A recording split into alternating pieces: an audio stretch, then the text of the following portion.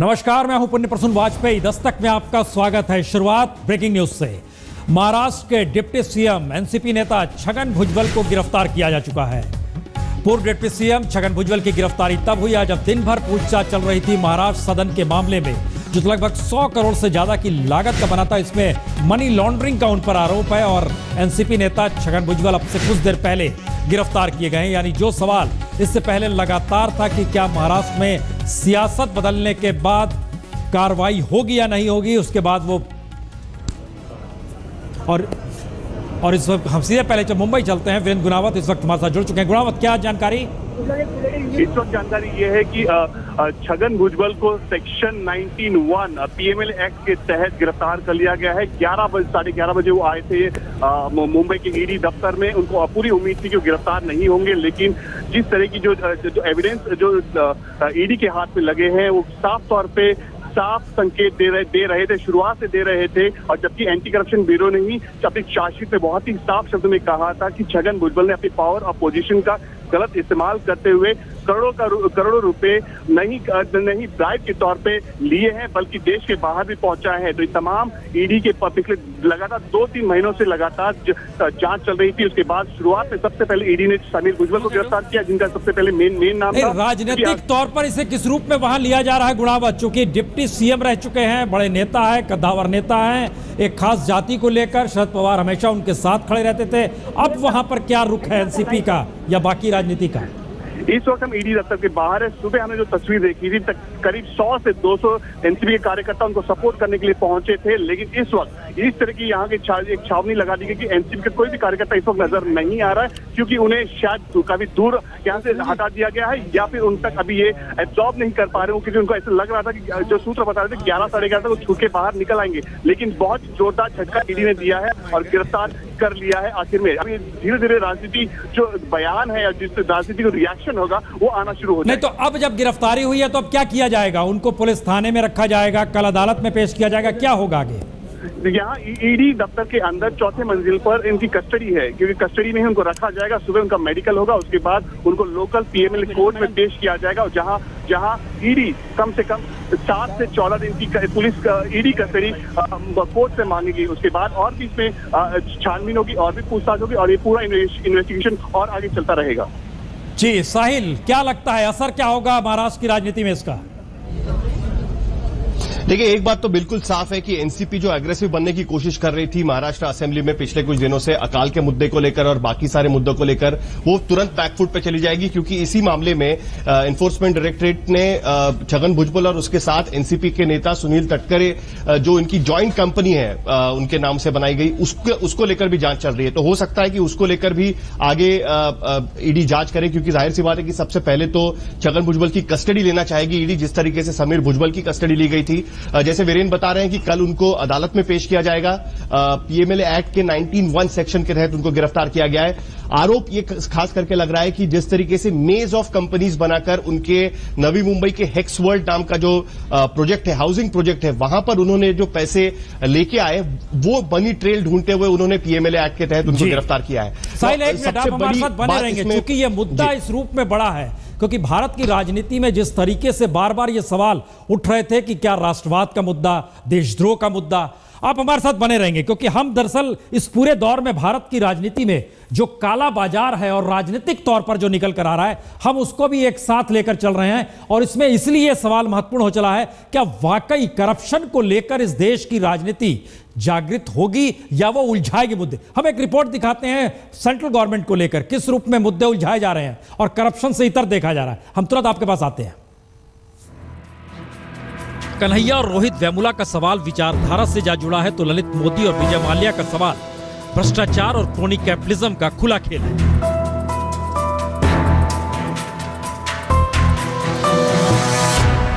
लेकिन देश में तमाम राजनीतिक दलों की रुचि कन्हैया के जरिए देशभक्त बनाम देशद्रोही और रोहित वेमुला के जरिए दलितों के सवाल को उठाने की है, न कि भ्रष्टाचार और क्रोनी कैपिटलिज्म को रोकने की। हालांकि आवाज दोनों तरफ से सुनाई देगी, लेकिन समझना अब यह जरूरी है कि जेएनयू और हैदराबाद का मुद्दा कांग्रेस से लेकर वामपंथी धारा और बीजेपी से लेकर संघ परिवार को इतना भा क्यों रहा है। तो सवाल 3 है। पहला, विचारधारा की लड़ाई हवा में तलवार भांजने सरीखी है। दूसरा, विचारधारा के जरिए वोट बैंक को प्रभावित किया जा सकता है। और तीसरा, भ्रष्टाचार को मुद्दा बनाने पर सत्ता को जवाब देना पड़ता है। सीबीआई के गिरफ्तारी के लुकआउट नोटिस को मात्र जानकारी के लुकआउट नोटिस में क्यों बदला गया?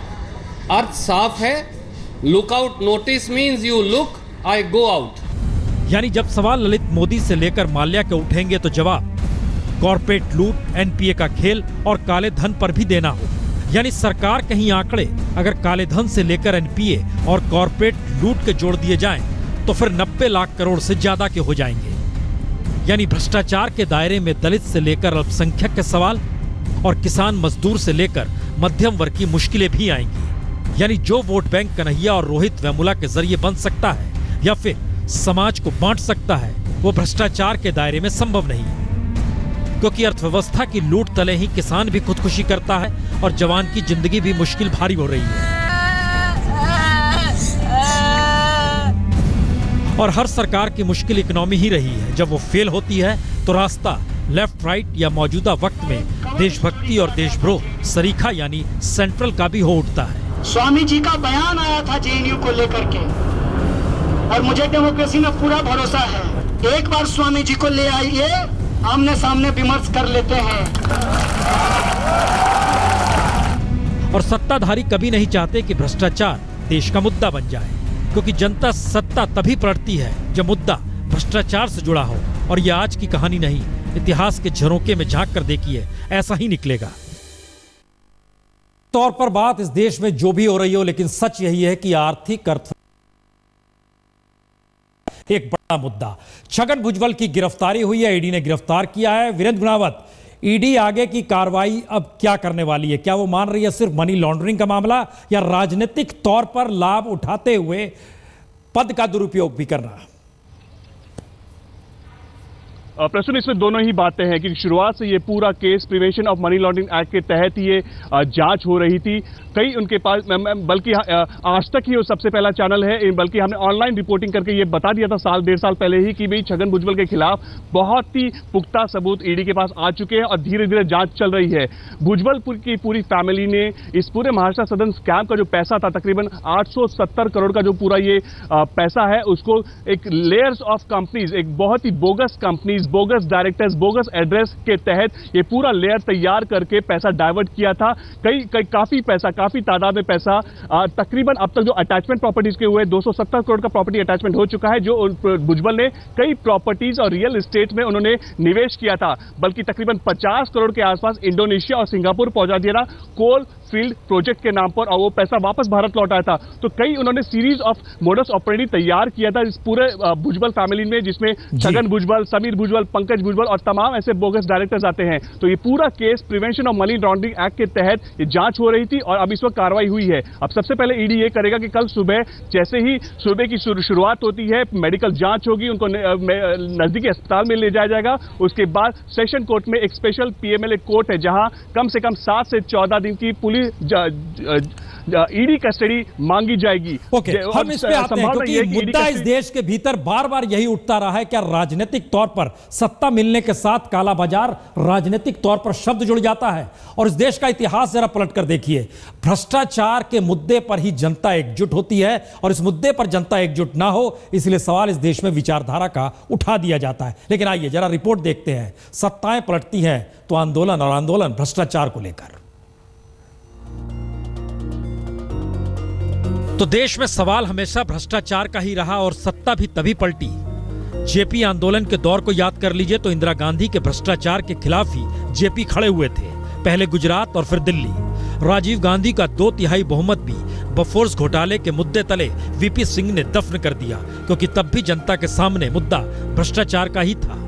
और अन्ना आंदोलन के सामने एक वक्त संसद भी छोटी लगने लगी और रामलीला मैदान में अन्ना का अनशन खत्म हो, इसके लिए समूची संसद ही पार्टी लाइन छोड़कर इसलिए एकजुट हो गई क्योंकि तब हर तबके के लोग अन्ना आंदोलन से जुड़ रहे थे और सामने जन लोकपाल का मुद्दा था। और उस वक्त भी सवाल जन लोकपाल के जरिए भ्रष्टाचार पर नकेल कसने का ही था।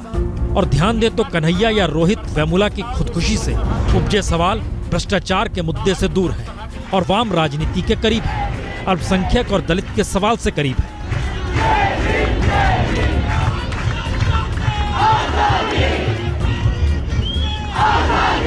यानी जेएनयू और हैदराबाद यूनिवर्सिटी का उपयोग कौन सा राजनीतिक दल कैसे करेगा, सवाल यही है। और छात्र संघर्ष को झटके में चूकी हुई राजनीति के प्यादे के तौर पर इस दौर में बना दिया गया। यानी राजनीतिक दलों के बीच जो राजनीतिक आरोप प्रत्यारोप संसद से सड़क तक नजर आ रहे हैं, वह कोई विकल्प नहीं है कि कन्हैया कुमार को झूठा फंसाया गया।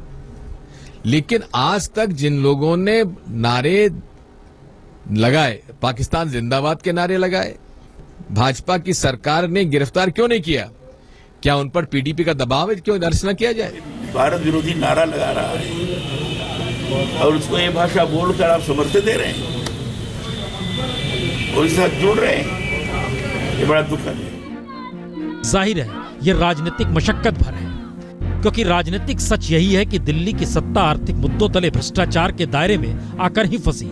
चाहे वो इंदिरा गांधी हो या राजीव गांधी, या फिर वाजपेयी के दौर का शाइनिंग इंडिया का फेल होना हो, या फिर मनमोहन सिंह के दौर में घोटालों की फेरिस्त से उपजा भ्रष्टाचार का मुद्दा। इसीलिए याद कीजिए 2014 के लोकसभा चुनाव के वक्त मोदी का काले धन पर भाषण हर किसी को अच्छा लग रहा था, क्योंकि वो मनमोहन सरकार के भ्रष्टाचार पर सीधी चोट थी। कि हमारी चोरी किया हुआ पैसा वापस आना चाहिए कि नहीं आना चाहिए? ये काला धन वापस आना चाहिए।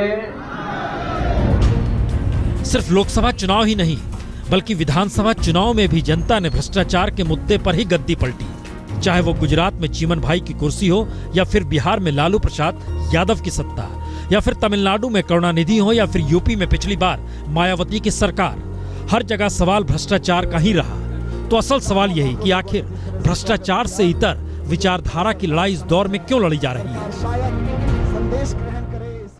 ये लकीर कितनी भी लंबी खींची जाए, लेकिन कमोवेश सत्ता में रहते हुए भ्रष्टाचार किस रूप में होता है। लेकिन कार्रवाई हुई है और ईडी ने छगन भुजबल को गिरफ्तार किया है। प्रीति मेनन इस वक्त हमारे साथ टेलीफोन लाइन पर जुड़ चुके हैं, जिन्होंने शिकायत दर्ज कराई थी आम आदमी पार्टी से जुड़ी हुई प्रीति मेनन। प्रीति, जो शिकायत थी, अब चूंकि ईडी ने गिरफ्तारी की है, तो नाम सिर्फ छगन भुजबल का या तमाम कंपनीज का और तमाम नेताओं और भी नाम थे उसमें? जी, जो हमने शिकायत दर्ज की थी, जिसके लिए हम हाई कोर्ट में गए थे, क्योंकि यहाँ की उस समय की कांग्रेस एनसीपी सरकार ने कुछ काम नहीं किया था उस पर। हाई कोर्ट ने एसआईटी अपॉइंट की, जिसमें एसीबी और एनफोर्समेंट डायरेक्टरेट दोनों शामिल थे। बॉम्बे हाई कोर्ट के चीफ जस्टिस मोहित शाह ने अपॉइंट की थी एसआईटी। उस एसआईटी के तहत 3 एफआईआर फाइल की गई हैं एसीबी के साथ, और ईडी ने इस मामले को आगे लेके गए हैं। ईडी ने पहले समीर भुजबल, जो उनके भतीजे हैं, उनको अरेस्ट किया था, और आज छगन भुजबल अरेस्ट हुए हैं। कार्रवाई में समय लगा है, लेकिन मुझे इस बात का बहुत खुश है कि हमारी कंप्लेंट पे जो एसआईटी बैठी थी, उन्होंने मनी लॉन्ड्रिंग के मामले में इनको अरेस्ट किया है। ये महाराष्ट्र सदन का छोटा मोटा स्कैम नहीं है, ये करोड़ों करोड़ रुपए की मनी लॉन्ड्रिंग है। जो पीडब्ल्यूडी मिनिस्टर जब थे छगन भुजबल, वो बिल्डर्स को कॉन्ट्रैक्ट देते थे और बदले में किकबैक्स आते थे उनके बेटे भतीजे की कंपनियों में, ट्रस्ट में, बहुओं की कंपनियों में, उनकी फैमिली के तमाम जो डिफरेंट एंटरप्राइजेस हैं उसमें। और उसमें आज भुजबल अरेस्ट हुए हैं। इस बात की मुझे बहुत खुशी है कि फाइनली कोर्ट की मेहनत की वजह से, कोर्ट की फॉलो अप की वजह से ईडी ने ये काम किया है, क्योंकि यहाँ की बीजेपी सरकार एसीबी को गो स्लो मोड में डाल के रखे हुए थी। तो क्या आप मान रही हैं कि महाराष्ट्र सरकार से ज्यादा सेंट्रल गवर्नमेंट इसमें पहल कर रही है? नहीं, इसमें कोर्ट पहल कर रही है। महाराष्ट्र सरकार ने एसीबी को गो स्लो मोड में डाला था, क्योंकि उनकी कहीं ना कहीं एनसीपी से सेटिंग है, बैकडोर उनकी कोई ना कोई पवार के साथ सेटिंग है। जिनके मोदी जी बारामती जाते हैं, जेटली जाके बारामती रहते हैं, देवेंद्र फडणवीस तो बारामती में गाड़ी चलाते हैं जिसमें अजीत पवार और शरद पवार बैठते हैं। तो ये लोग अगर मिली भगत है इनकी, ये कुछ काम नहीं करने वाले हैं, हमें पूरा यकीन था। इसीलिए हम कोर्ट गए, और कोर्ट की वजह से, जो कोर्ट ने ईडी को बार बार फटकार लगाई, उसकी वजह से आज इस मौके पे पहुंच चुके हैं कि महाराष्ट्र के एक डेप्यूटी चीफ मिनिस्टर जो पूरी तरह से करप्शन में लप्त है, उनको आज पकड़ा गया है। चलिए प्रीति, बहुत बहुत शुक्रिया। लेकिन इस देश की वाकई क्या ये फितरत है, राजनीतिक तौर पर चीजें गो स्लो में आ जाती है, इस मोड में आ जाती है और अदालत को ही पहल करनी पड़ती है? हम एक रिपोर्ट दिखाते हैं, क्योंकि देश के भीतर बहुत सारे नाम इस दौर में निकल कर आते हैं जो बार बार चिताते हैं कि इनको कैसे पकड़ा जाएगा, पैसा इनसे वापस कौन लेगा, कैसे लेगा। विजय माल्या जी यहाँ से भागे नहीं है, बल्कि वो भगाए गए हैं, सरकार ने भगाया है। दुनिया के किसी कोने में भी होंगे, वो देश के पैसे को लेकर के चैन से नहीं रह पाएंगे और कानून अपना काम कर रहा है। तो विजय माल्या को भारत से उड़न छू हुए 12 दिन हो चले हैं और संसद में बहस इस बात को लेकर है कि माल्या भाग कैसे गया। तो सरकार का दावा कि उसे हर कीमत पर लाया जाएगा और मजे बात ये कि सरकार के साथ खड़ी शिवसेना उसे आर्थिक आतंकवादी करार दे रही है और दूसरी तरफ खुद माल्या कह रहा है कि वो एक दिन भारत वापस आएगा। लेकिन वो दिन कब आएगा जब माल्या को वापस भारत लाया जाएगा, वो खुद आएगा, ये बताने की स्थिति में फिलहाल कोई नहीं, न संसद के भीतर न फिर कोई सड़क पर। लेकिन सवाल सिर्फ माल्या का नहीं, क्योंकि 9,000 करोड़ की उधारी के साथ माल्या तो जा चुका है। सवाल है उन कंपनियों का जिनके बूते देश की अर्थव्यवस्था कुलांचे भरने का दावा करती रही और जो खुद भारी कर्ज में है। क्रेडिट शूज की रिपोर्ट के मुताबिक मार्च 2015 तक जिन कंपनियों पर लाखों करोड़ों का बैंक कर्ज था, उनमें रिलायंस से लेकर वेदांता और अडानी से लेकर GMR ग्रुप तक सभी हैं और इन पर कर्ज भी चंद हजार करोड़ नहीं बल्कि लाखों करोड़ का। और फहरिस्त इतनी लंबी है कि इसमें देश के 7,000 से ज्यादा कारोबारी आ सकते हैं। और खास बात यह है कि तमाम कंपनियों के कर्ज को बैंकों ने रीस्ट्रक्चर किया, यानी कंपनियां कर्ज चुका सके। इसके लिए तमाम सहूलियत भी दी गई, लेकिन कर्ज फिर भी नहीं चुकाया गया। यानी बैंकों के पास ऐसा कोई मैकेनिज्म नहीं जिससे कर्ज वसूली हो सके। कर्ज देने के बाद बैंक कॉर्पोरेट की नेक नीयत पर ही निर्भर है कि वो कर्ज लौटाएंगे। यानी जिस आधार पर कर्ज दिया जाता है या जो आधार कर्ज के लिए बनाए गए हैं, वो सब कुछ कॉर्पोरेट के अनुकूल है। तो बैंक क्या करे? और खास तौर से सरकारी बैंकों के सामने ये संकट है कि वो पैसा ले तो कैसे वापस ले, क्योंकि उसके भी जो तरीके हैं वह भी बैंक के अनुकूल नहीं बल्कि कर्ज लेने वाले के अनुकूल बना दिए गए हैं। और ऐसी कंपनियों की भरमार है जिन्होंने कर्ज नहीं लौटाया। स्क्रीन पर रेंगते ये चंद नाम उन्हीं कंपनियों के हैं जिनसे बैंक कर्ज वसूल नहीं हो सका। तो सवाल 2, क्या बैंकों के पास वाकई कोई ऐसी व्यवस्था नहीं जिससे कॉर्पोरेट से वो पूरा कर्ज सूद समेत वापस ले सकें? या फिर क्या पूरा आर्थिक मॉडल ही कॉर्पोरेट के इर्द गिर्द इस तरीके से बुन दिया गया है जिससे वही सत्ता हो चले हैं और जिनके डिफॉल्टर होने के बावजूद बैंक उन्हें कर्ज देते रहेंगे? क्योंकि इस देश की इकोनॉमी में विकास को जिस आधार पे खड़ा किया गया है वो पूंजी है और पूंजी कॉर्पोरेट के पास है, क्योंकि कॉर्पोरेट सरकार के लिए जरूरी है और इस कदर की गरीबों के लिए योजनाओं को चलाने में भी कॉर्पोरेट जरूरी है। ये बात खुद सरकार कहने से नहीं चकती। यही वजह है कि किसानों के लिए 70,000 करोड़ की कर्ज माफी पर तो देश में हो हल्ला मच जाता है, लेकिन क्रोनी कैपिटलिज्म तले कितने भी लाख करोड़ गिन लीजिए, उससे ज्यादा डुबो दिए जाएं या फिर फंस जाएं, कोई हल्ला नहीं मचता। यानी इन सारी खबरों के बीच एक खबर हर किसी को राहत भी दे रही होगी। ईडी ने गिरफ्तार कर लिया है छगन भुजबल को। महाराष्ट्र के पूर्व डिप्टी सीएम, एनसीपी के कद्दावर नेता गुणावत।